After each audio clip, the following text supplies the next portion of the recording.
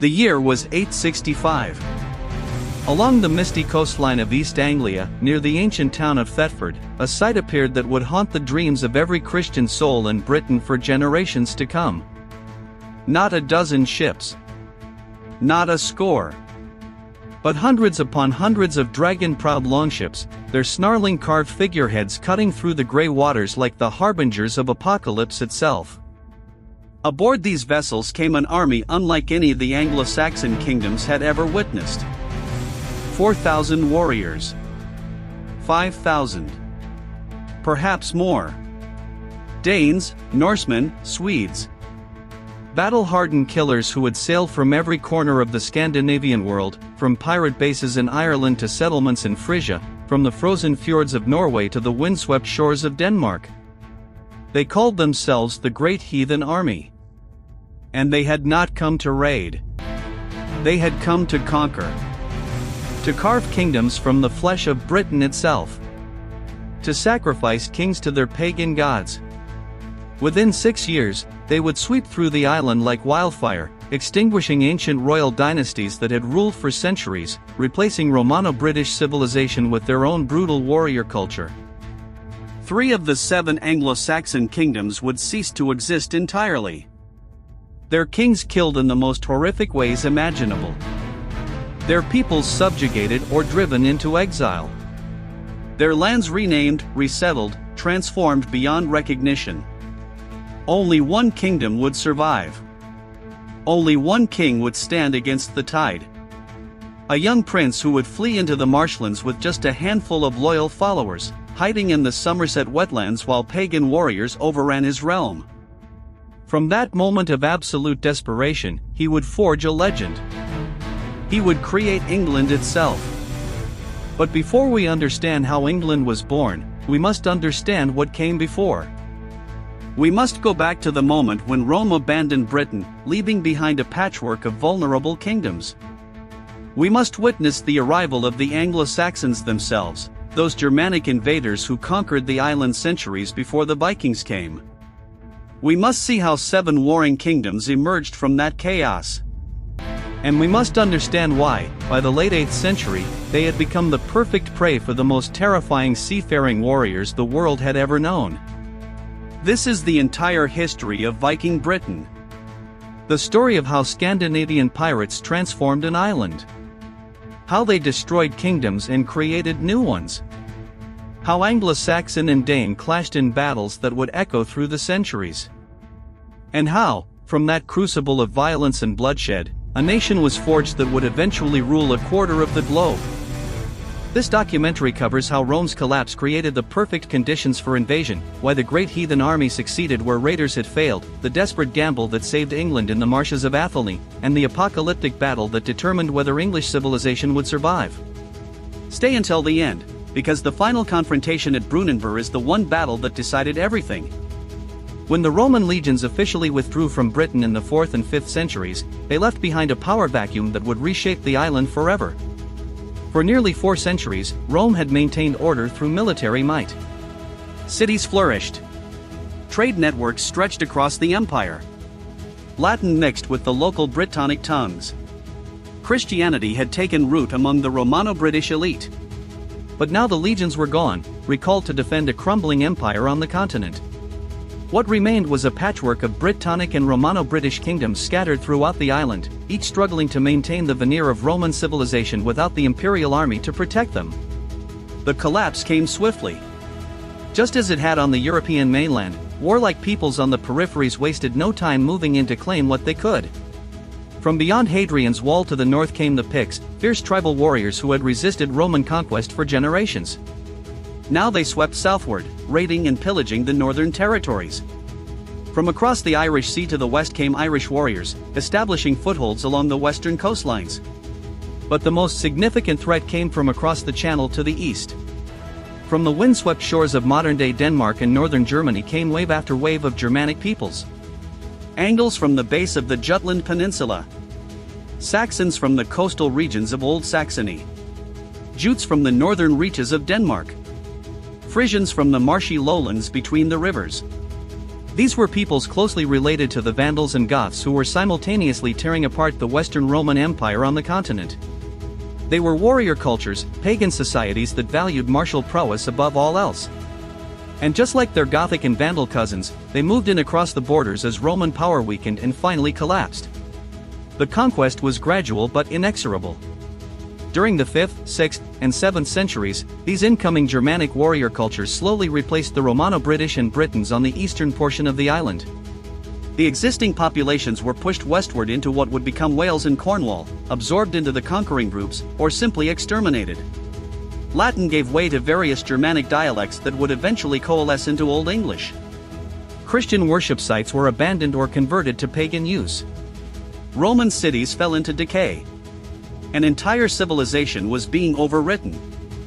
By the end of the 7th century, the political map had stabilized into 7 distinct Anglo-Saxon kingdoms, often referred to by later historians as the Heptarchy. In the south, Wessex controlled lands from the Thames Valley down to the southern coast. Mercia dominated the Midlands, a vast realm of forests and fertile farmland. Northumbria stretched from the Humber estuary all the way to the Scottish borderlands, the largest territory of all.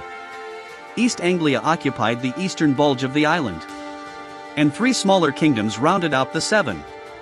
Kent in the southeast corner, the first to be conquered and closest to the continent. Sussex along the southern shores. Essex to the north of the Thames estuary. These kingdoms were anything but peaceful neighbors. They warred constantly amongst themselves, each seeking dominance over the others. Warrior kings rose and fell. Dynasties were extinguished in battle. Alliances formed and shattered. Yet gradually, something remarkable happened. One by one, these pagan Anglo-Saxon kingdoms converted to Christianity. Missionaries from Rome and from the Celtic Church in Ireland brought the faith back to lands that had once been Christian under Roman rule. By the end of the 7th century, all 7 kingdoms had officially adopted Christianity. Their kings were baptized. Monasteries were founded. Cathedrals were built. But conversion did not tame the warlike nature of these peoples. The Anglo-Saxons continued to fight amongst themselves with undiminished ferocity. They battled their Brittonic neighbors in Wales. They launched expeditions against the Picts to the north. The struggle for supremacy among the kingdoms intensified. The 7th century was dominated by a violent contest between Northumbria and Mercia. Great battles were fought. Kings killed or exiled. Whole armies wiped out in single-day engagements. By the late 8th century, a clear victor had emerged. Mercia, under its formidable king Offa, had become the strongest realm, exercising overlordship over all Anglo-Saxon lands south of the Humber. Offa was a king of legendary ambition. He is remembered today primarily for the massive earthwork construction along the Welsh border that still survives, a ditch and rampart that stretched for miles, demarcating his realm from the Brittonic kingdoms to the west. He styled himself King of the English, corresponding with Charlemagne as an equal, minting his own coins in imitation of Roman emperors. Mercia seemed unassailable. Yet little did the great King Offa know that in the final years of his reign, a new threat was emerging across the North Sea. While the Anglo-Saxons had been gradually converting to Christianity and increasingly looking to Francia and Rome for cultural guidance, a distinctly different culture had been developing in Scandinavia. There, in the frosted fjords of Norway, the pine forests of Sweden, and the islands and archipelagos of Denmark, lived peoples related to the Anglo-Saxons. They had remained in their Scandinavian homelands when their cousins migrated south centuries before. They had endured the same harsh climates, the same long dark winters. But unlike their Anglo-Saxon cousins who had converted to Christianity, these Scandinavian peoples remained defiantly pagan. They worshipped Odin, Thor, and Freya. They believed that warriors who died in battle would feast forever in Valhalla. They placed supreme importance on 2 things above all others: military power and seafaring prowess. As the 8th century drew to a close, a perfect storm of factors was building in Scandinavia. Population pressure in fertile valleys meant younger sons had fewer opportunities to inherit land.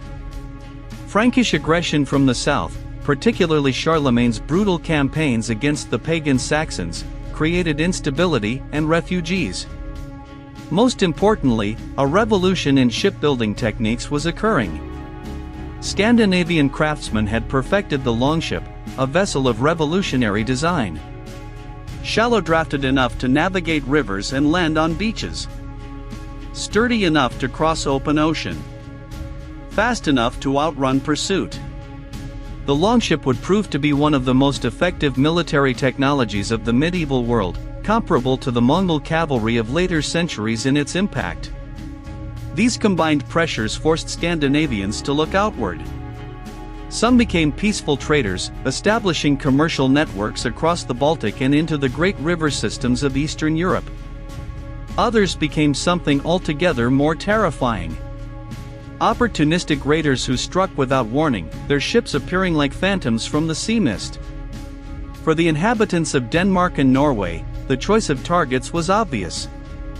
To the west lay Britain and Ireland, prosperous Christian kingdoms whose monasteries were filled with gold and silver. To the south lay Charlemagne's Francia, wealthy but dangerous. The British Isles must have seemed like low-hanging fruit. At the very end of Offa's reign in the 790s, the snarling dragon heads of Scandinavian pirate ships began to be sighted off British shores. These opportunistic raiders would eventually be known by a term that described not their ethnicity but their profession: Vikings. The word likely derived from the Old Norse term for creek or inlet, describing men who lurked in such places to launch surprise attacks. Pirates, essentially. Sea wolves. To the horror of Christian chroniclers, who were almost exclusively monks writing in monasteries, the Vikings initially focused on attacking religious sites. From the raiders' perspective, this made perfect sense. Monasteries were wealthy, storing donations of gold, silver, and precious objects. They were poorly defended, filled with monks who had taken vows of peace. And they were often located in isolated coastal areas, perfect for hit-and-run attacks. The first recorded raid occurred in 793 at Lindisfarne, a monastery on a tidal island off the Northumbrian coast. The attack sent shockwaves through the Christian world. How could such a holy site be desecrated? The monk Alcuin, serving at Charlemagne's court, wrote in anguish about the violation. Never before has such terror appeared in Britain as we have now suffered from a pagan race. The heathens poured out the blood of saints around the altar, trampled on the bodies of saints in the temple of God, like dung in the streets. Over the following years, the pattern repeated across northern Britain and Ireland. Monasteries on Iona, Skye, Rathlin Island. All were plundered. Monks were killed or enslaved. Precious manuscripts were destroyed. Golden chalices and jeweled reliquaries were melted down or carried off. But these were pinprick raids, carried out by small groups of ships, perhaps a few dozen men at most. The raiders would strike in summer, then disappear back across the sea before any organized resistance could be mounted. The Anglo-Saxon kingdoms, distracted by their own internal conflicts, treated these attacks as a nuisance rather than an existential threat. That was a catastrophic miscalculation. By the early 9th century, Viking tactics began to evolve. Some raiders started overwintering in Britain rather than returning to Scandinavia each autumn. This allowed them to strike earlier in the spring and remain active later into winter. More ominously, what had begun as opportunistic piracy was transforming into something more organized. Norwegian settlers began to either replace or subjugate existing populations in the Faroe Islands, Orkney, Shetland, and along the coasts of Ireland and Scotland. In Ireland, they established fortified settlements that would become some of that island's first true towns. Dublin, founded by Vikings in 841, would remain a bastion of Scandinavian power for centuries. Meanwhile, the balance of power among the Anglo-Saxon kingdoms was shifting. Mercia's dominance, so total under Offa, began to wane after his death in 796. His successors lacked his strength and vision. Into this power vacuum stepped Wessex. The southern kingdom, previously overshadowed by Mercian might, found new vigor under King Egbert. Egbert was a shrewd and educated leader who had spent years in exile at Charlemagne's court in Francia. There he had witnessed firsthand how a strong centralized monarchy could dominate surrounding peoples. He had also seen Vikings in action, as Frankish coasts suffered their own raids. When Egbert returned to claim the Wessex throne in 802, he brought Frankish ideas of kingship with him. Over the following decades, he systematically expanded Wessex's power.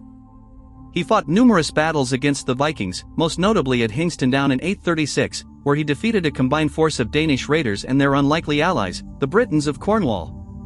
These Britons, still resenting Anglo-Saxon conquest centuries before, were apparently willing to make common cause with pagan raiders if it meant a chance to strike back at their oppressors.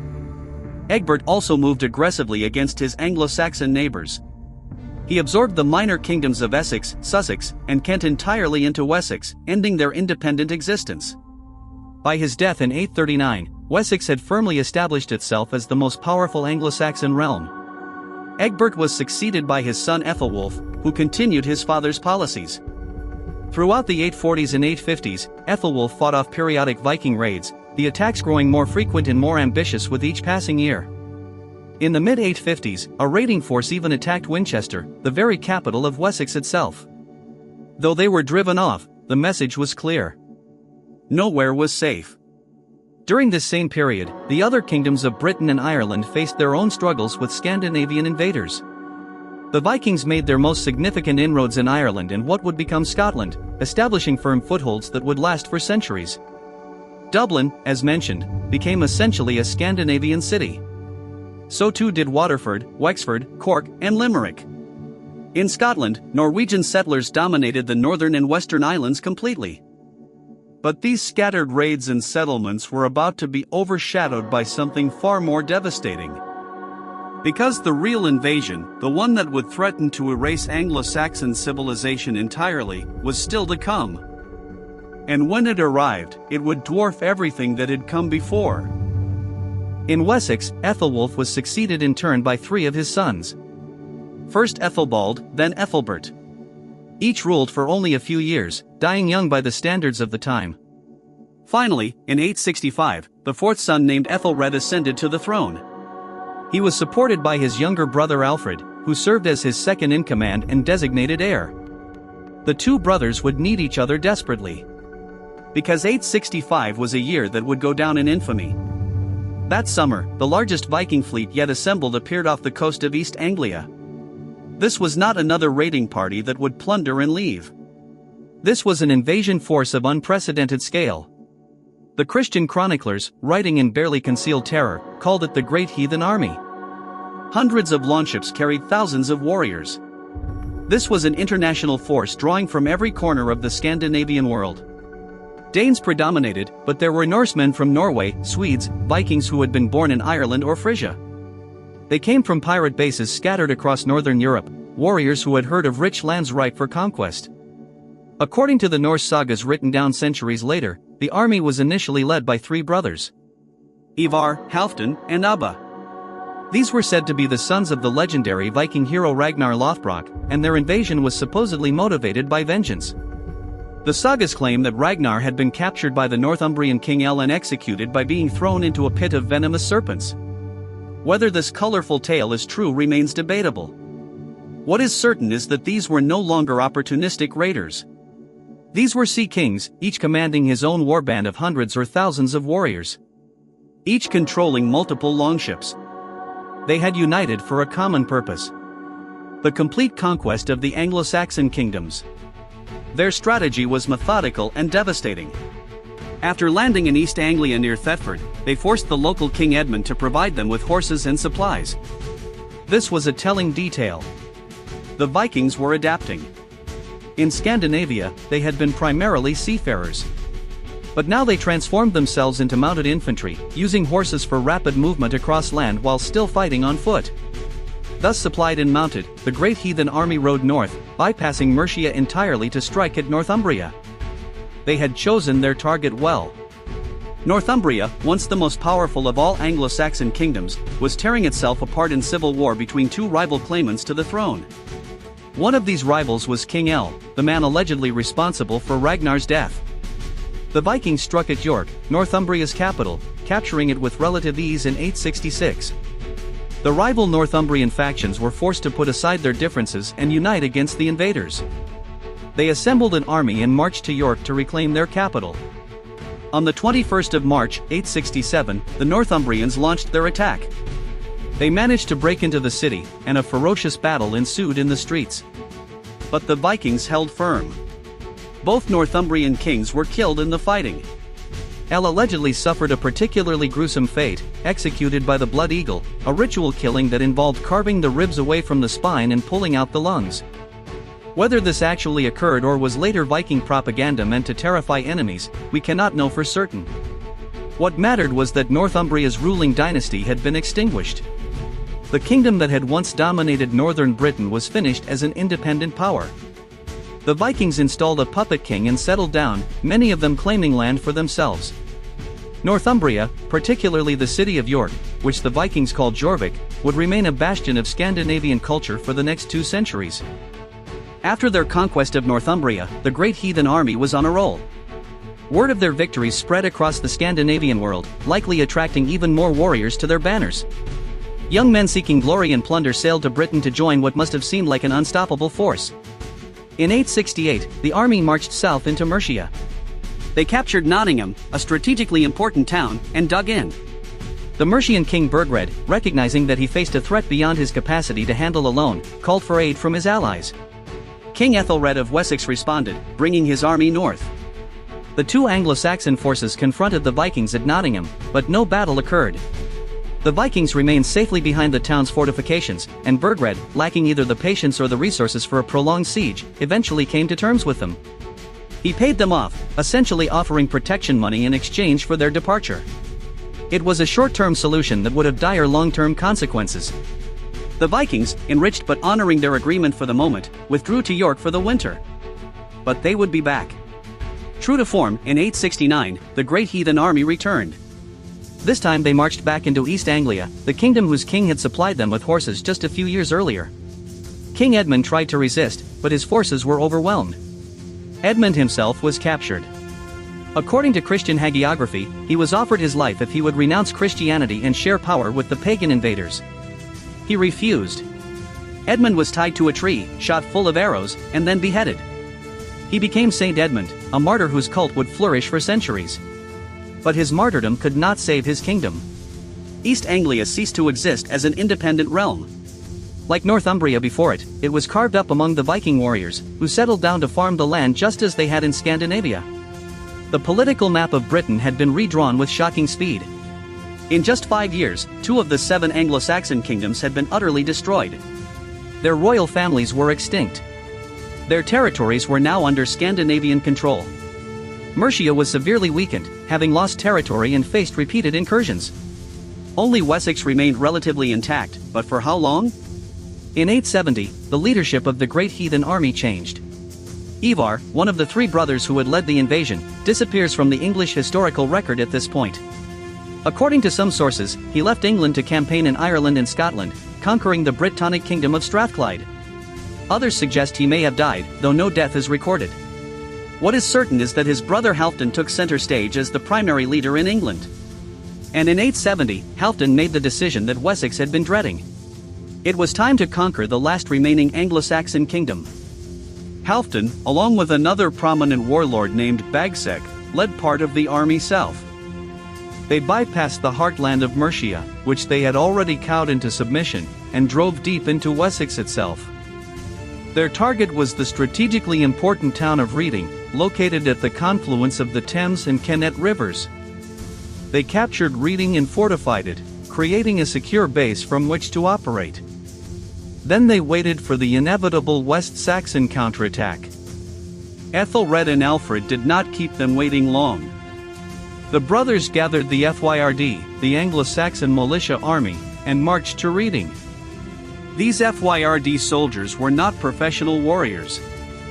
They were farmers and craftsmen who owned enough land to afford basic military equipment, a spear and shield at minimum, perhaps a sword or axe if they were wealthy. They were obligated to serve for a limited time when called upon, after which they needed to return to their farms to tend their crops. Against the battle-hardened professional warriors of the Great Heathen Army, they were at a severe disadvantage. Nevertheless, they had numbers on their side, and they were fighting to defend their homes. On the 4th of January, 871, the West Saxon army attacked the Viking fortifications at Reading. The assault was a disaster. The Danes held their defenses, and the West Saxons were forced to withdraw after suffering heavy casualties. It was an inauspicious start. But Ethelred and Alfred were not ready to give up. They regrouped, gathered reinforcements, and prepared to try again.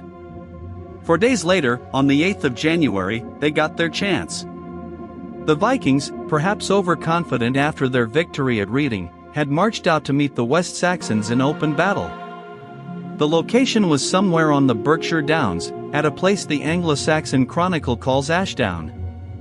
The exact site has never been conclusively identified, but it was somewhere in the rolling chalk hills northwest of Reading. It was midwinter. The ground was likely frozen, the air bitterly cold. Mist would have obscured visibility as the two armies maneuvered into position. The Vikings divided their force into 2 divisions. Halfdan commanded one, while Bagsec led the other. The West Saxons also split their army. Alfred commanded the vanguard, while Ethelred led the main force. What happened next became the stuff of legend. According to the Anglo-Saxon Chronicle, as the Danish army approached, Alfred's division was already in position and ready to fight. But Ethelred insisted on attending a religious service before the battle. He was hearing mass in his tent and refused to advance until the service was complete. The situation was deteriorating rapidly. The Danes were moving into attack formation. Alfred's men stood in their shield wall, watching the enemy draw closer. Still Ethelred prayed. Finally, Alfred made a command decision. According to one later tradition, he declared, "I will no longer wait for my brother, but will march boldly against the enemy." He ordered his men forward. The shield walls crashed together with horrific force. Men pushed against their shields, stabbing with spears over and around the wall, hacking with axes and swords wherever an opening appeared. The noise would have been overwhelming. The screaming of wounded men, the clatter of wood on iron, the shouted war cries in Old English and Old Norse, languages similar enough that the combatants might have understood each other's taunts. For hours, the two sides ground against each other in brutal close-quarters combat. Men fell wounded or dying, trampled underfoot as those behind pushed forward to take their places. The Vikings, professional warriors who had fought together for years, held firm. Alfred's farmers and thanes fought with desperate courage, but they were only half the West Saxon force. And the Danes likely didn't realize this. Bagsec's division engaged what they thought was the entire Anglo-Saxon army. They committed fully to the battle, pouring their warriors into the shield wall. Then Ethelred arrived. His service completed, he had finally marched his division to the battlefield. His approach may have been concealed by terrain or mist. Suddenly the Vikings found themselves attacked from an unexpected direction. The battle turned. Caught between 2 West Saxon forces, the Danish shield wall began to crack. Bagsec was killed in the fighting, cut down in the press of battle.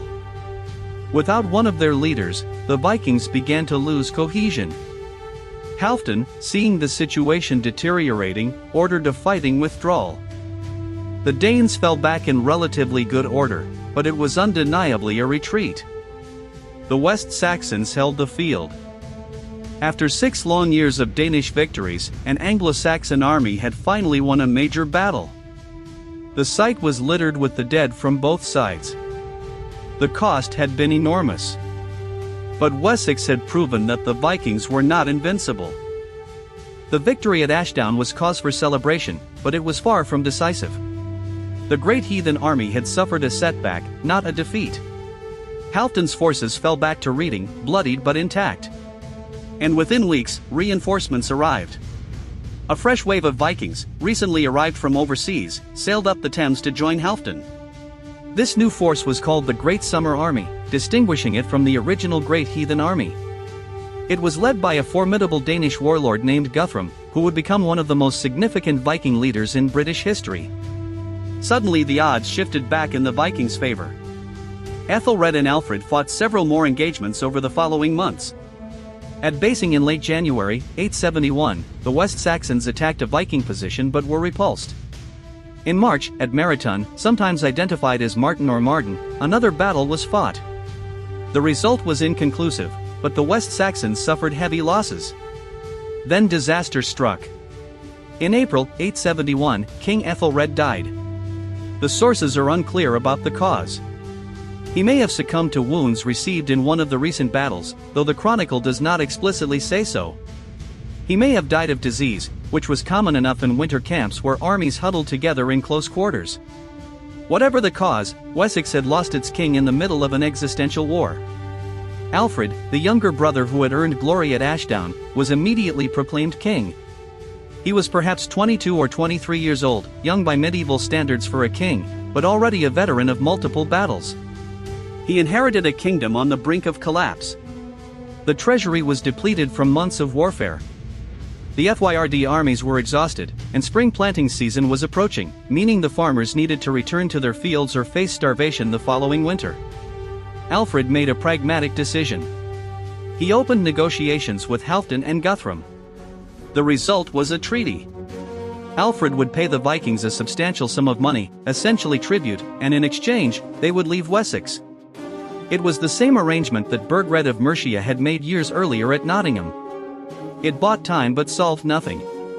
The Vikings took Alfred's silver and departed. Halfdan led his portion of the army north to Northumbria, where he would eventually settle down as king in Jorvik. Guthrum took his warriors east into East Anglia, claiming that kingdom as his base of operations. Alfred had saved his kingdom, but everyone knew it was only a temporary reprieve. The Vikings would return. It was not a question of if, but when. Between 871 and 875, Alfred used the breathing space he had bought to prepare. He knew that Guthrum was merely biding his time, consolidating power in East Anglia and planning his next move. Alfred strengthened defenses, reorganized the FYRD system, and tried to ensure that his kingdom could respond quickly to the inevitable next invasion. The political map of Britain in these years was dramatically different from what it had been just a decade earlier. Northumbria was now effectively a Viking kingdom. East Anglia likewise. Mercia was split, with the eastern portions increasingly dominated by Scandinavian settlers while the western portion remained under Anglo-Saxon control, though severely weakened. Only Wessex maintained its independence, and it stood isolated, the last holdout. In 874, the Vikings finally made their move against Mercia. Halfdan, from his base in Jorvik, marched south with his warriors. Guthrum brought his forces west from East Anglia. Together they crushed what remained of Mercian resistance. King Burgred, the same king who had paid them off years earlier, was forced into exile. He fled overseas to Rome, where he would die in obscurity. The Vikings installed a puppet ruler, a Mercian nobleman named Ceolwulf, who agreed to hold the kingdom on their behalf. Mercia, the kingdom that had dominated Britain just a few decades earlier under King Offa, had ceased to exist as an independent power. Wessex now stood completely alone. It was the last Anglo-Saxon kingdom not under Viking control. The entire eastern half of Britain, from the Scottish borders down to the Thames estuary, was now the Danelaw, a patchwork of Scandinavian-controlled territories. By 875, Alfred must have known his turn was coming. Viking fleets began probing Wessex's defenses. Small groups of 5 or 6 ships would raid the coast, testing response times, identifying weak points. These may have been reconnaissance in force, gathering intelligence for a larger assault. Or they may have been diversionary tactics, keeping Alfred looking in all directions, never certain where the hammer blow would fall. The hammer fell in 876. Guthrum led a large mounted force west from East Anglia, thundering across Wessex in a lightning campaign. He captured Wareham, an important port town on the south coast. Alfred gathered his forces and marched to confront him, but Guthrum had seized such a strong position that a direct assault would have been suicidal. Once again, Alfred was forced to negotiate. He paid tribute, and Guthrum swore oaths to leave Wessex. Both sides were buying time, preparing for the final confrontation they knew was inevitable. In 877, Guthrum broke his oath. Vikings were pragmatic about such things. Oaths sworn to Christians and their God held no sacred weight for pagans. Guthrum marched his army to Exeter in the southwest corner of Wessex, positioning himself near the border with Cornwall. The choice of location was strategic. Exeter offered multiple advantages. It was a fortified town that could be defended if necessary. It was close to Cornwall, where the Britons might be persuaded to ally with the Vikings against the Anglo-Saxons, as they had done before. And it had access to the sea, allowing for supply and reinforcement by ship. That supply by sea was crucial to Guthrum's plan. While Alfred marched west to confront the army at Exeter, a massive Viking fleet sailed toward the same destination. 120 longships, according to the Anglo-Saxon Chronicle. If we assume an average of 30 to 40 warriors per ship, that represents as many as 4,000 fresh troops. The fleet was led by Ubba, the third of the three brothers who had originally led the Great Heathen Army. Unlike his brothers Ivar and Halfdan, who had been campaigning elsewhere, Ubba had apparently been operating in the Irish Sea area, possibly based in South Wales or Ireland. Now he was returning to finish the conquest of Wessex. If his fleet linked up with Guthrum's army at Exeter, Alfred would face an overwhelming force. The combined army might number 6,000 or 7,000 warriors, against which Alfred could field at most a few thousand FYRD soldiers and his personal retinue of perhaps a few hundred professional warriors. Wessex teetered on the brink of annihilation. Then divine intervention occurred, or so it seemed to the Christians. As Ubba's fleet rounded the headland of Swanage on the Dorset coast, a massive storm struck. Medieval seafaring was always perilous, even for the Vikings with their advanced shipbuilding techniques. A sudden storm could spell disaster. According to the Anglo-Saxon Chronicle, the storm destroyed much of Ubba's fleet. How many ships were lost is unclear, but the losses were severe enough that Ubba abandoned his plan to rendezvous with Guthrum. The survivors limped back to their base, wherever that was, having lost their chance to deliver the killing blow. When Guthrum learned that Ubba's reinforcements were not coming, he abandoned Exeter and withdrew north to Gloucester, just across the Wessex border in southern Mercia. Alfred had been granted another reprieve, but the reprieve was running out. Guthrum was not finished. He was merely regrouping for one final, decisive push. That push came on the 6th of January, 878. The date was significant. It was Twelfth Night, the culmination of the Christmas season, one of the most important festivals in the Christian calendar. Alfred and his court were at Chippenham in Wiltshire, celebrating. They were off guard, distracted by feasting and religious observance. Guthrum struck with a mounted force of elite warriors, moving with such speed and secrecy that he achieved complete surprise. The attack nearly ended the war right there. Alfred barely escaped with his life, fleeing Chippenham with just a handful of loyal companions as Guthrum's warriors poured into the royal estate.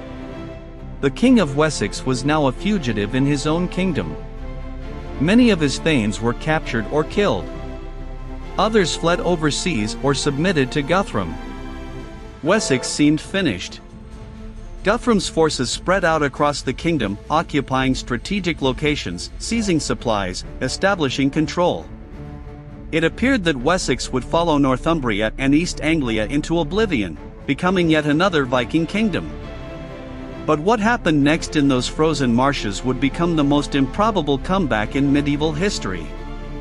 Because Alfred was about to do something no other king had managed. He was going to rise from absolute defeat and create a nation. Alfred fled west into the Somerset levels, a vast expanse of marshland and wetland that in the 9th century was even more extensive and impassable than it is today. This was terrain he knew well from his youth, having hunted there with his father and brothers. He knew the hidden paths through the fens, the islands of solid ground amid the swamps, the channels navigable only by small boats. It was the perfect place to hide from Guthrum's pursuing warriors, who lacked knowledge of the local geography. Alfred took refuge on the island of Athelney, barely above the waterline, accessible only by boat or by secret paths through the marshes that could disappear under floodwater overnight. There, with perhaps a few hundred loyal followers, he established a makeshift fortress. It was to this desperate moment that the famous legend of Alfred and the burnt cakes belongs. According to the story, Alfred, disguised as a commoner, took shelter in a peasant woman's cottage. She asked him to watch some cakes baking by the fire while she ran an errand. Alfred, preoccupied with planning how to save his kingdom, let the cakes burn, and the woman scolded him soundly when she returned, not knowing she was berating the King of Wessex. The story is almost certainly apocryphal, first appearing in a text written a century after Alfred's death. But like many legends, it contains a deeper truth. At this moment, Alfred really was reduced to such straits. The King of Wessex was hiding in a marsh, living little better than a fugitive. If he had given up, if he had fled overseas as Burgred of Mercia had done, England as we know it would never have existed. Britain would have become a patchwork of Scandinavian kingdoms, just like it had once been a patchwork of Anglo-Saxon ones. The English language might never have developed. English culture might never have formed. But Alfred did not give up. From his base at Athelney, he launched guerrilla raids against Guthrum's forces. He harried supply lines, ambushed foraging parties, reminded his people that their king still lived and fought. It was a desperate strategy, but it kept resistance alive during the winter months of 878. Meanwhile, Guthrum's forces were overextended. The Danish warlord had conquered quickly, but holding territory required different skills than taking it. His warriors were spread out across Wessex. Supply lines stretched back to East Anglia and were vulnerable to Alfred's raids. And Guthrum faced a new threat from an unexpected direction. Ubba had recovered from his losses the previous year and had returned with a fresh force. In early 878, he landed on the North Devon coast with 23 ships, perhaps 600 or 700 warriors. His goal seems to have been to trap Alfred from the west while Guthrum pressed from the east, catching the West Saxon resistance in a pincer movement. But Ubba had underestimated the Anglo-Saxons' will to resist. The alderman of Devon, a nobleman named Otta, gathered the local FYRD and marched to confront the Vikings. The two forces met at a fortification the Anglo-Saxon chronicle calls Sinuit, probably the hill fort of Countisbury near Lynmouth on the North Devon coast. Details of the battle are scarce, but the outcome was clear. The West Saxons won a decisive victory. Ubba himself was killed, along with hundreds of his warriors. The survivors fled back to their ships. It was a turning point. One of the three original leaders of the Great Heathen Army was dead. Guthrum's strategy was unraveling. Alfred seized the opportunity. In early May, he sent out secret messages from Athelney to the ealdormen of Somerset, Wiltshire, and Hampshire. These were the only shires that still maintained any semblance of West Saxon government. The message was simple. The king still lives. Rally to him. For 3 days, between the 4th and 7th of May, men gathered at a pre-arranged location called Egbert's Stone, probably somewhere on the border of Somerset and Wiltshire. It must have been an emotional moment. Many would have believed their king dead or fled overseas. Now he reappeared, calling them to one last desperate fight. When a sufficient force had assembled, probably a few thousand men, Alfred led them east toward Eddington in Wiltshire. There Guthrum had concentrated his forces, learning of Alfred's resurgence. The two armies met somewhere near Eddington in mid-May 878. This was the decisive battle for the future of England. If Alfred lost, Wessex would fall and England would never exist. If he won, there was hope for survival, even recovery. The battle was brutal. Shield wall crashed against shield wall. For hours, perhaps all day, the two sides ground against each other. But this time, the West Saxons had advantages they had lacked before. They were fighting for their very survival. They were defending their homes and families. And they were united under a king who had proven his courage and determination by surviving in the marshes all winter, never giving up. The Vikings, by contrast, were far from home. Many had been campaigning for more than a decade. They were tired. And perhaps some of them had grown complacent, believing Wessex was already defeated. As the day wore on, the West Saxon shield wall held firm. Then it began to push forward. The Danish line began to buckle. Finally it broke. The Vikings fled, pursued by vengeful West Saxons who cut down everyone they could catch. Guthrum and his surviving warriors fell back to their fortress at Chippenham, the same place where they had surprised Alfred just 4 months earlier. Now the tables had turned. Alfred besieged Chippenham for 2 weeks, allowing no one to enter or leave. No supplies could get through. The defenders faced starvation. Finally Guthrum sued for peace. This time, Alfred was in a position to dictate terms. The treaty negotiated in the aftermath of Eddington was unlike any previous agreement between Anglo-Saxons and Vikings. This time, Alfred had won decisively enough that he could impose real conditions. The standard terms were included. Hostages were exchanged to guarantee compliance. Guthrum agreed to leave Wessex and never return. But Alfred added something new, something that reflected both his Christian piety and his political acumen. Guthrum and his leading warriors would undergo baptism and convert to Christianity. From a Christian perspective, this was saving the souls of pagans. From a political perspective, it was binding Guthrum with the most sacred oaths possible. As a pagan, Guthrum had felt free to break oaths to the Christian God. But as a Christian himself, or at least nominally so, breaking such an oath would be an even greater sin. 3 weeks after the siege of Chippenham ended, Guthrum and 30 of his leading warriors traveled to Aller, near Alfred's refuge at Athelney. There they were baptized in a ceremony presided over by the bishop and attended by Alfred himself. Guthrum took the Christian name Athelstan, a good Anglo-Saxon name. Alfred stood as his godfather, creating a spiritual kinship between them. The newly baptized Vikings then traveled to Wedmore, where they remained for 12 days of feasting and celebration. It was at Wedmore that the formal treaty was concluded. The terms were clear. Guthrum would withdraw his forces from Wessex entirely. He would rule as king in East Anglia, but he would do so as Alfred's subordinate and ally. A border was established between Wessex and the Danelaw, running roughly from London up the Thames estuary, then along the River Lea, then overland to Bedford, then along the Ouse to Watling Street, the old Roman road, and then along Watling Street northward.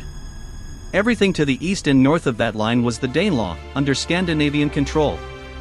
Everything to the south and west was Anglo-Saxon territory. It was a division that would endure for decades and would shape English regional identities for centuries.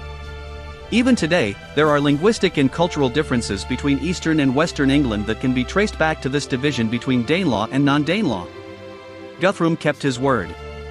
He withdrew to East Anglia, where he ruled as king until his death in 890.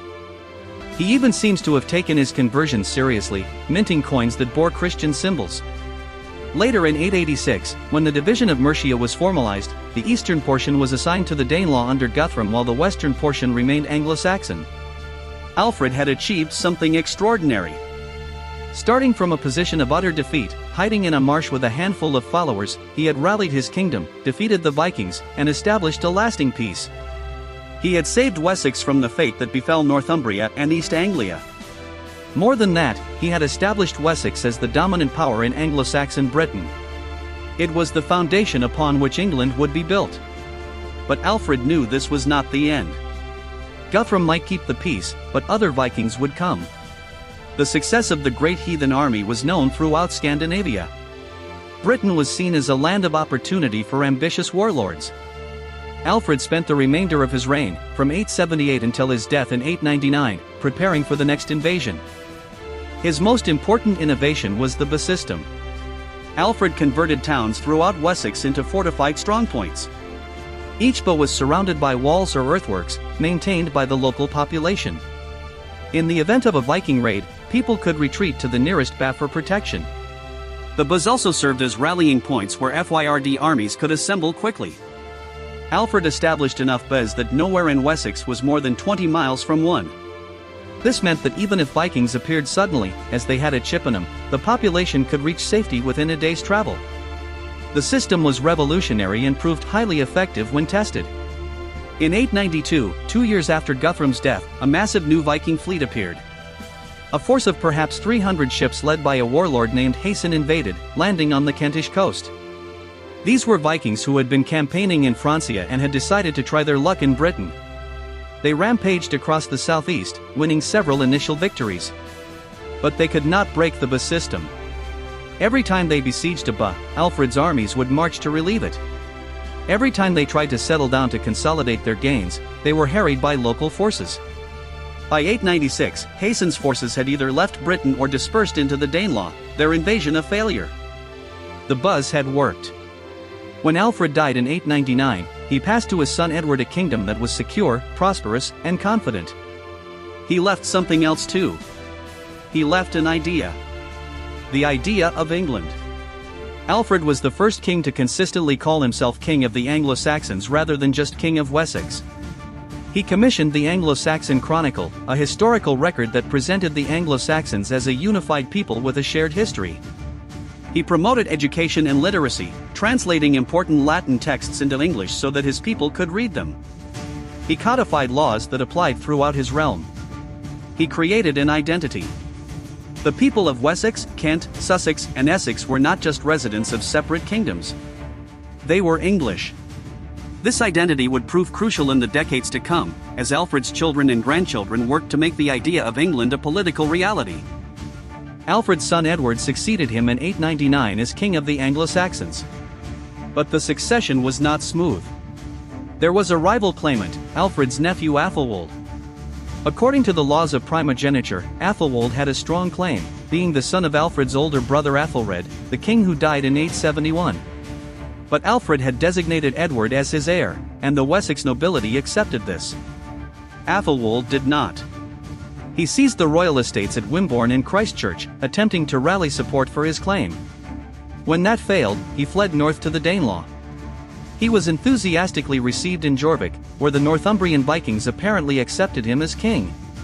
This may have been genuine support, or they may have cynically used Athelwold as a tool to destabilize Wessex. In 901 or 902, Athelwold sailed south with a fleet, landing in Essex. The local Scandinavian nobility there also accepted him. From this base, he allied with the East Anglian Vikings and their king, a Dane named Eoric. Together they launched a raid deep into Mercia, ravaging the countryside. Edward responded by raising an army of West Saxons, Mercians, and Kentishmen. In December 902, he caught Ethelwold's forces in a battle somewhere near the marshy lowlands around the River Ouse. The Battle of the Holm was a confused affair. The Kentish contingent of Edward's army apparently disobeyed orders and engaged prematurely, leading to a chaotic melee. By the end of the day, it was unclear who had won in a tactical sense. But strategically, Edward was the clear victor. Both Athelwold and King Eoric were killed, along with numerous nobles from both sides. With his rival dead, Edward's throne was secure. For the next decade, Edward focused on consolidating his control over Wessex and strengthening its defenses. He continued his father's policies, building more buzz, maintaining the FYRD system, cultivating alliances. He would need all of these preparations for the great campaigns to come. Meanwhile, in western Mercia, significant developments were occurring. After the Vikings divided Mercia in 877, the western portion had remained under Anglo-Saxon control. For a time it was ruled by King Ceolwulf, the Viking puppet. But after his death around 879, a nobleman of uncertain origins named Athelred took control, ruling with the title Lord of the Mercians.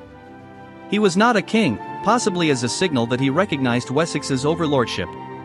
To cement the alliance between Wessex and Mercia, Alfred arranged a marriage between his eldest daughter, Ethelflaed, and Athelred. The marriage took place in the early 880s.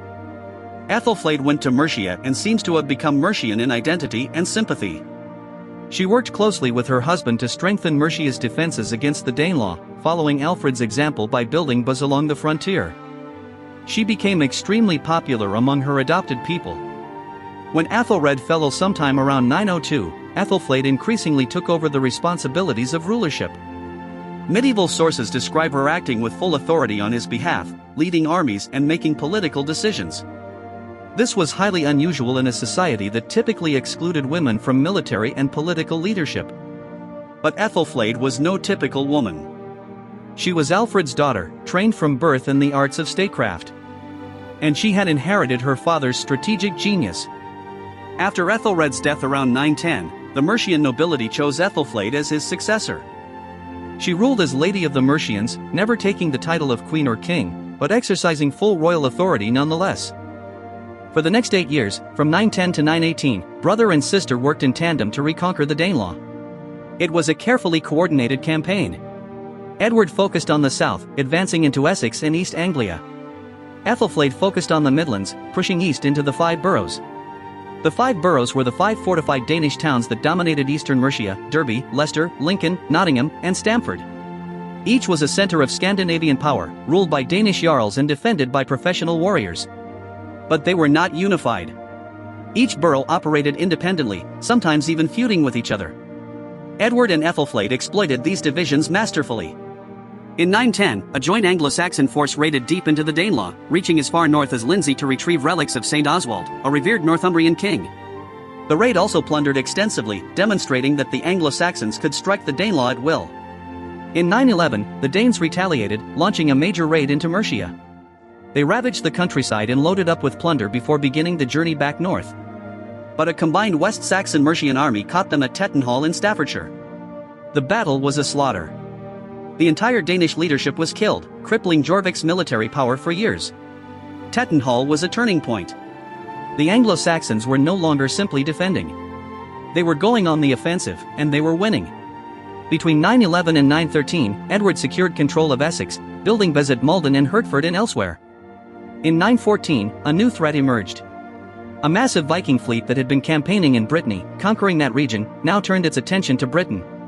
The fleet, commanded by warlords named Ragnald and Oder, sailed up the Bristol Channel into the River Severn, attempting to invade Mercia from the west. But Ethelflaed was ready. Her network of bases in western Mercia held firm. She defeated the Vikings in several engagements, killing Ragnald.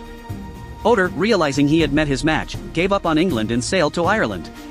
The children of Alfred were proving even more formidable than their father. By 915, Edward was making significant progress in the south. He forced the submission of Danish forces in Bedford and Northampton, bringing parts of the Five Boroughs under his control. In 917, the final great offensive began. Edward's forces stormed a Danish fortress at Tempsford in Bedfordshire. The East Anglian king was killed in the fighting. Within months, Edward had conquered all of East Anglia, ending Viking rule there after nearly 50 years. Simultaneously, Ethelflaed was on the move in the Midlands. In mid-917, she besieged Derby, the most powerful of the Five Boroughs. After fierce fighting in which several of her leading nobles were killed, Derby fell. It was the breakthrough she needed. Over the next year, Leicester, Stamford, Nottingham, and Lincoln all submitted. The Five Boroughs, the heart of the Danish Midlands, were now under Anglo-Saxon control. Ethelflaed did not stop there. By 918, the Vikings of Jorvik, facing pressure from multiple directions, agreed to submit to Mercia. The terms were that Ethelflaed would provide aid against the Norse-Irish kingdom of Dublin, which was threatening to extend its control over Northumbria. It was an extraordinary achievement. Ethelflaed had not only reconquered eastern Mercia but had brought Northumbria itself into her sphere of influence. England south of the Humber was united under Anglo-Saxon rule for the first time in half a century. But Ethelflaed would not live to see her triumph consolidated. She died in June 918 at Tamworth, likely from illness, though the exact cause is unknown. She was succeeded by her only child, a daughter named Alfwin. For Edward, his sister's death presented both an opportunity and a challenge. Mercia under Ethelflaed had been a powerful ally but also semi-independent. Now, with a young and relatively unknown woman as its leader, Edward moved to consolidate his control. He marched to Tamworth, took custody of Alfwin, and sent her to a monastery. He then proclaimed direct rule over Mercia, annexing it fully into his kingdom. It was a ruthless political move, but it achieved what Alfred had envisioned, a united Anglo-Saxon realm. By 920, Edward ruled all of England south of the Humber. He received the submission of the Welsh kingdoms in the west and the Norse-Irish kingdom that had taken control of Jorvik. He was the most powerful ruler in Britain since the Romans. When Edward died in 924, he passed to his son Athelstan a realm vastly larger and more secure than the one his father Alfred had left him. But he also passed on an unfinished project. Northumbria, though nominally submitted, remained volatile and dangerous.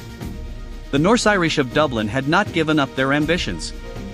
And many of the newly reconquered areas of the Danelaw were barely integrated into the Anglo-Saxon realm. It would fall to Athelstan to complete the work his grandfather had begun, to make England not just a kingdom but an empire. Athelstan was Alfred's grandson, born in 894 during the darkest days when Vikings still threatened Wessex. According to tradition, Alfred had taken a liking to the boy, presenting him with a miniature scarlet cloak, gilded belt, and jeweled sword. Some later sources claim Alfred designated Athelstan as his successor, though this seems unlikely given medieval succession practices. Athelstan's mother is described in some sources as a concubine rather than a wife, which complicated his claim. After her death, Edward married twice more, fathering more than a dozen other children who had stronger claims by primogeniture and legitimacy. Athelstan was essentially pushed aside in the succession, which may explain why he spent much of his youth in Mercia, fostered by his aunt Ethelflaed. He fought alongside her in the campaigns to reconquer the Five Boroughs, gaining military experience and the loyalty of the Mercian nobility. When Edward died in 924, followed shortly afterward by his son and heir Alfred, a succession crisis erupted. The Mercian nobility, remembering Athelstan as one of their own, proclaimed him as their lord. The West Saxon nobility, however, initially refused to accept him. They preferred one of Edward's other sons, his legitimate heirs by later marriages. For close to a year, conflict raged, threatening to tear apart the unified realm that Edward and Ethelflaed had created. The crisis was complicated by external pressures. Sihtric, the Norse-Irish king of Jorvik, used the distraction to expand his influence southward into the Midlands. Finally, by summer of 925, a compromise was reached. The West Saxons agreed to accept Athelstan as king, apparently on condition that he not marry or produce heirs. He was to be a caretaker king, holding the throne until it could pass to his younger half-brothers, Edward's legitimate sons. It was an unusual arrangement, reflecting the West Saxon nobility's discomfort with Ethelstan's dubious legitimacy. When Athelstan was finally crowned on September 4, 925, the ceremony took place at Kingston upon Thames, symbolically on the border between Wessex and Mercia. It was the first true coronation of an English king, a formal ritual that would set the pattern for English coronations for centuries to come. He was crowned not as King of Wessex or King of Mercia, but as King of the English. Athelstan immediately set about consolidating his realm. In 926, Sihtric of Jorvik, very aware of Ethelstan's reputation as a warrior, came to Tamworth to submit. The two kings arranged a marriage alliance, Sihtric wedding Ethelstan's sister and agreeing to Christian baptism. It seemed like a peaceful solution to the Northumbrian problem. But within a year, Sihtric was dead. His kinsman Guthfrith attempted to claim the throne. Athelstan moved decisively. He marched north with an overwhelming force and expelled Guthfrith, forcing him to flee back to Dublin. For the first time since the Viking invasions began, a southern king sat on the throne of Jorvik. Athelstan did not stop at Jorvik. He continued north to Bamborough, the fortress of the Bernician nobility who had maintained a precarious independence in the far north throughout the Viking Age. They submitted to him. He then marched into Cumbria, where the Brittonic king of Strathclyde and the Scottish king Constantine II both gave him their oaths of loyalty. Finally, the 5 Welsh kings also submitted. In a grand ceremony at Emont Bridge near Penrith in 927, all of these rulers formally recognized Athelstan as their overlord. He was not just king of the English. He was effectively emperor of Britain, the most powerful ruler the island had seen since the Romans. For the next 6 years, Athelstan worked to consolidate this empire. He issued laws that applied throughout his realm. He cultivated relationships with foreign powers, arranging marriage alliances with continental royal families. His sisters married into the Carolingian dynasty and the German nobility. He collected relics from across Europe, demonstrating his piety and wealth. He patronized learning and the arts, presiding over what some historians call the 10th century Renaissance. But holding an empire together by force of personality is difficult. Cracks began to appear. In 933, Athelstan's brother and designated heir Edwin died in mysterious circumstances, allegedly drowned while fleeing to Francia. Some sources hint he was murdered, possibly by agents of Athelstan or other brothers competing for succession. Around the same time, Constantine of Scotland renounced his submission and declared independence. Athelstan's response was overwhelming and brutal. In 934, he led a massive combined army north by land and sea. This was truly a multi-ethnic force, including not just West Saxons and Mercians but also Danes from the former Danelaw, Welsh princes, and others. The army ravaged Scotland as far north as Caithness in a shock-and-awe campaign designed to make an example of Constantine. The Scottish king was forced to submit again and to accompany Athelstan south to do public homage at his court. It was a humiliation designed to demonstrate who held power. But it also bred resentment. Throughout Athelstan's empire, discontent simmered. The Welsh, the Cornish, the Cumbrians, the Northumbrians, all chafed under southern rule. And across the Irish Sea, a new power was rising, one with a very personal grudge against Athelstan.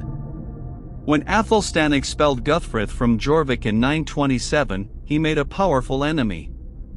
Guthfrith returned to Dublin and spent years plotting his revenge.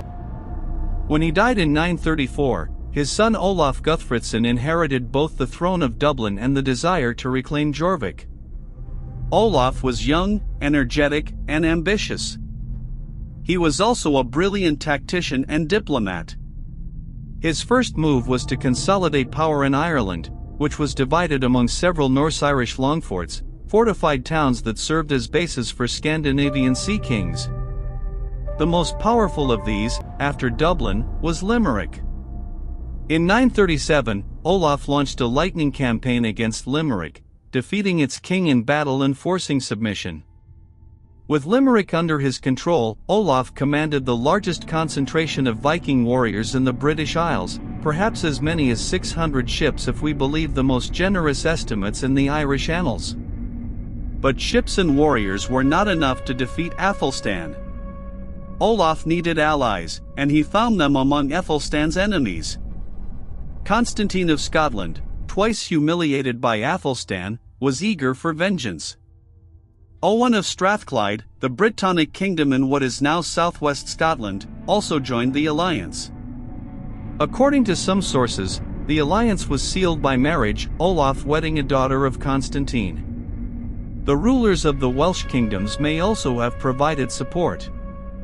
Even elements within Northumbria, resentful of southern rule, prepared to rise in support of the invaders.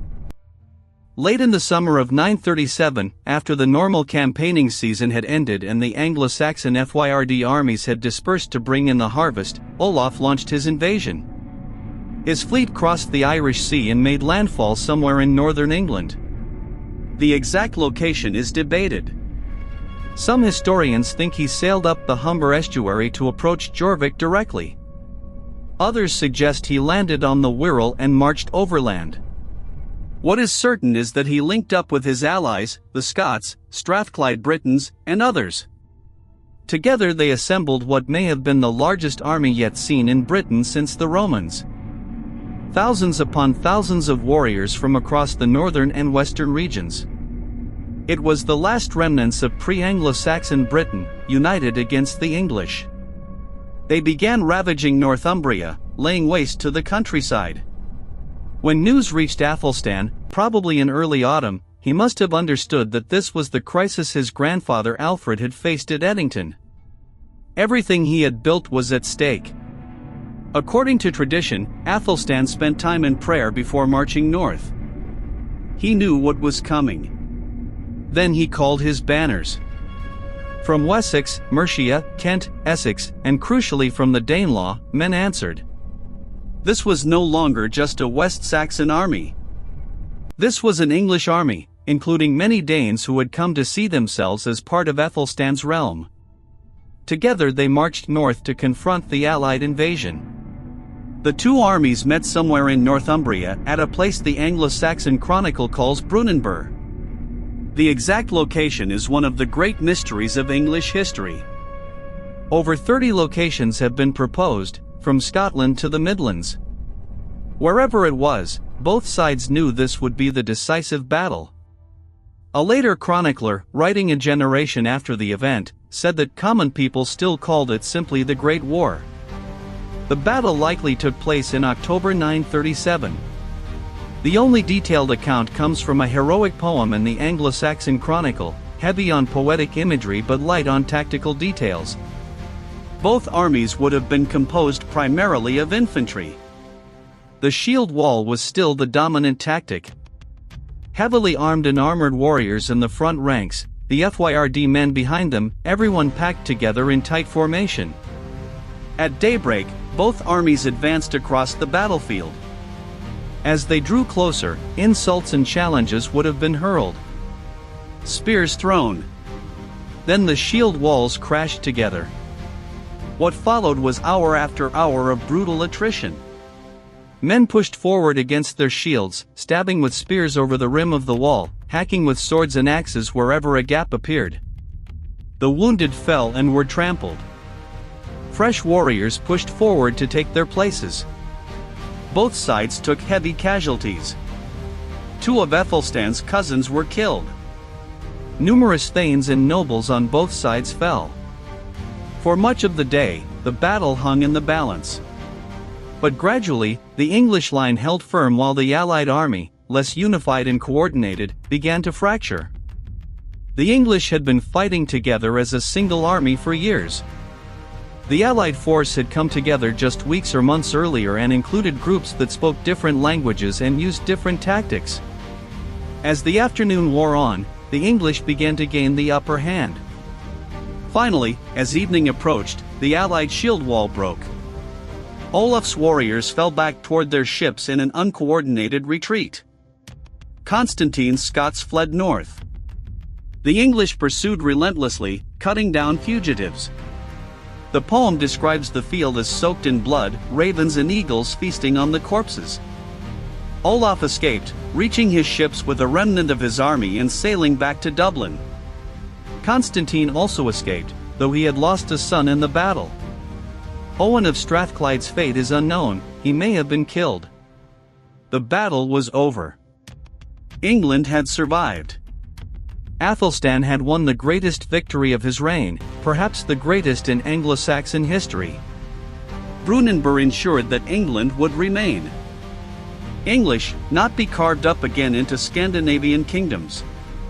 It established Athelstan's dominance over all of Britain. And it created a shared identity. The army that fought at Brunanburh was English, not just West Saxon or Mercian, but English, including Danes who had chosen to fight for England rather than for their Scandinavian cousins. But the cost had been enormous. Athelstan himself was said to have been deeply affected by the bloodshed. He ruled for only 18 more months after Brunanburh, dying in October 939 at the age of about 45. True to his word, he never married and produced no heirs. He was succeeded by his younger half-brother Edmund, who had stood with him in the shield wall at Brunanburh. Edmund was still a teenager, perhaps 18 years old, but already a veteran of the greatest battle of the age.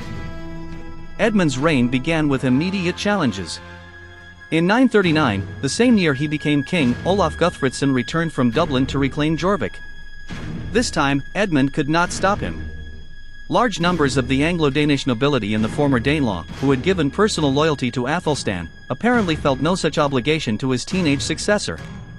One by one, the towns of the 5 boroughs submitted to Olaf rather than to Edmund.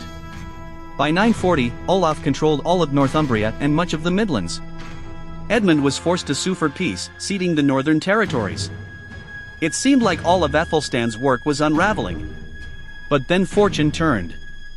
In 941, Olaf Guthfrithson died suddenly, possibly in battle. His cousin Olaf Sihtricsson, son of the Sihtric who had submitted to Athelstan back in 926, succeeded him in Jorvik. Edmund sought his opportunity and took it. Over the next 3 years, he campaigned relentlessly in the north. By 944, he had reconquered Northumbria, expelling Olaf Sihtricsson back to Dublin. The 5 boroughs were back under English control. Edmund even launched campaigns into Cumbria and Strathclyde, devastating those kingdoms in revenge for their role at Brunanburh. But Edmund's triumph was cut short by a senseless tragedy. In 946, at a feast celebrating the feast of St. Augustine, a convicted criminal named Leofa showed up uninvited. Edmund personally tried to eject him, and in the ensuing scuffle, Leofa stabbed the king to death. Edmund was only 25 years old. He was succeeded by his younger brother Eadred, who continued the struggle to maintain English control over Northumbria. It was a constant battle.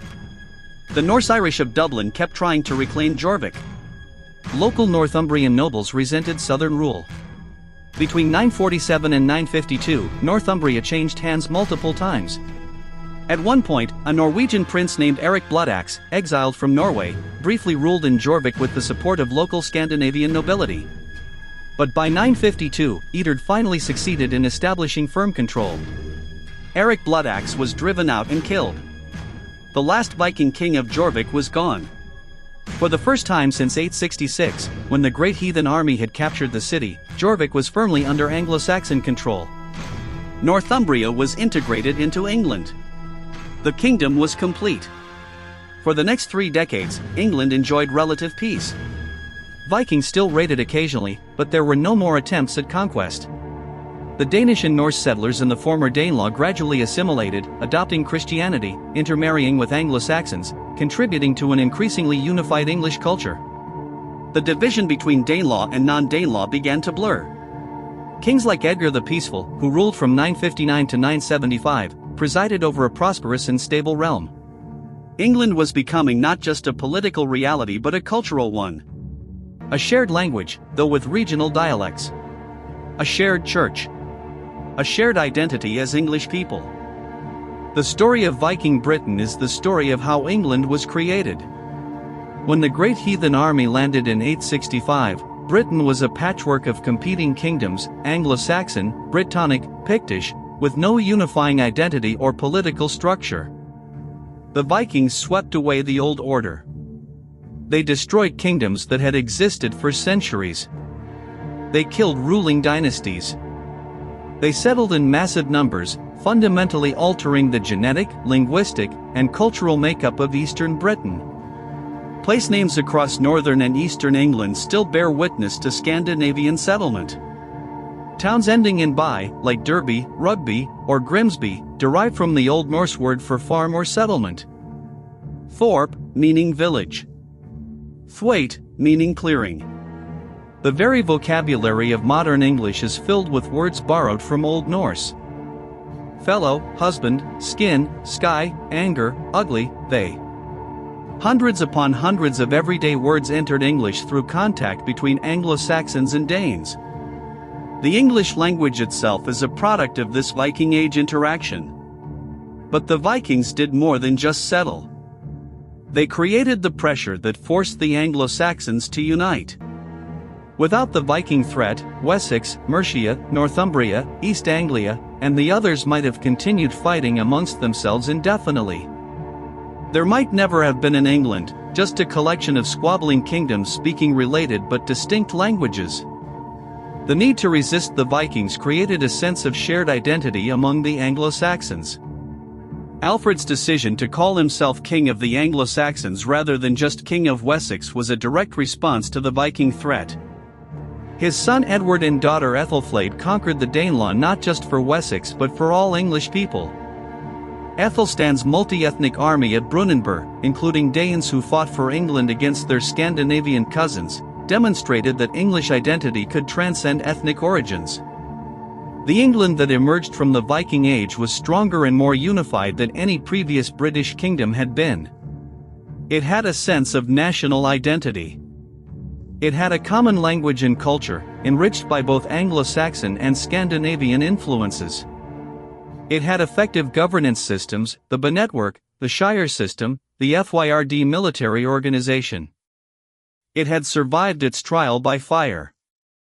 That England would face new challenges in the centuries to come. A second wave of Viking invasions at the end of the 10th century, culminating in the Danish conquest under King Knut in the early 11th century. Then the Norman conquest in 1066, when William of Normandy, himself descended from Vikings who had settled in Francia, crossed the Channel to claim the English throne. Each of these events would transform England further. But the foundation remained. The idea of England, forged in the desperate struggle against the Great Heathen Army, survived. When William the Conqueror became King of England, he did not create a new kingdom. He took over an existing one with centuries of history and identity. That identity traced back to Alfred in the marshes of Athelney, to Ethelflaed besieging Derby, to Athelstan at Brunanburh. The Vikings came to conquer, and they did conquer much. But in destroying the old order, they created the conditions for something new and enduring to emerge. England was born in the fires of Viking invasion, tempered in the blood of countless battles, shaped by the interaction of Anglo-Saxon and Scandinavian cultures. Every time you use a word borrowed from Old Norse, every time you visit a town whose name ends in by or thorp, you are touching that legacy directly. The question is not whether the Vikings changed Britain. The question is whether any nation has ever been more completely forged by its enemies.